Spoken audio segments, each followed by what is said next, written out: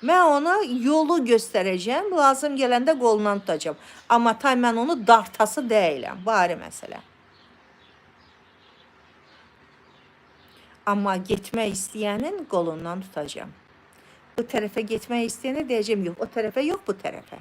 Bu daha rahatdır, bu daha doğrudur. Bundan gözəl iş mi var? Bu, mən məktəbdə müəllim işləmişəm də neçə illər. Məktəbdə bilirsiniz necə idi əzizlərim? O dəyərli müəllim auditoriyası ki var, hörmət saxladığım müəllimlər var. İş buradadır ki, əzizlərim. Orta məktəbdə müəllimlər arasında dərs saatı üstündə qırğın gedirdi. İndi bilmirəm istəməyəcəkdir.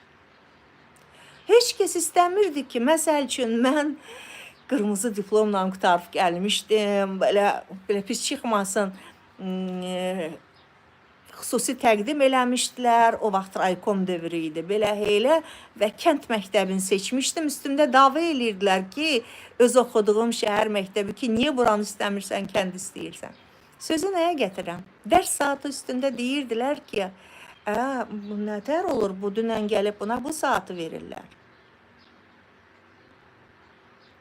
Amma biz deyirik ki, bizə gələn insan bizdən çox qazansın. Və siz, Şahalə xanım, siz insanı nəyə çağırırsınız? Məni bu işə çağıran adam indi biznesdə yoxdur. Amma mən hər zaman onun üçün dua eləyirəm, qızlar bilir.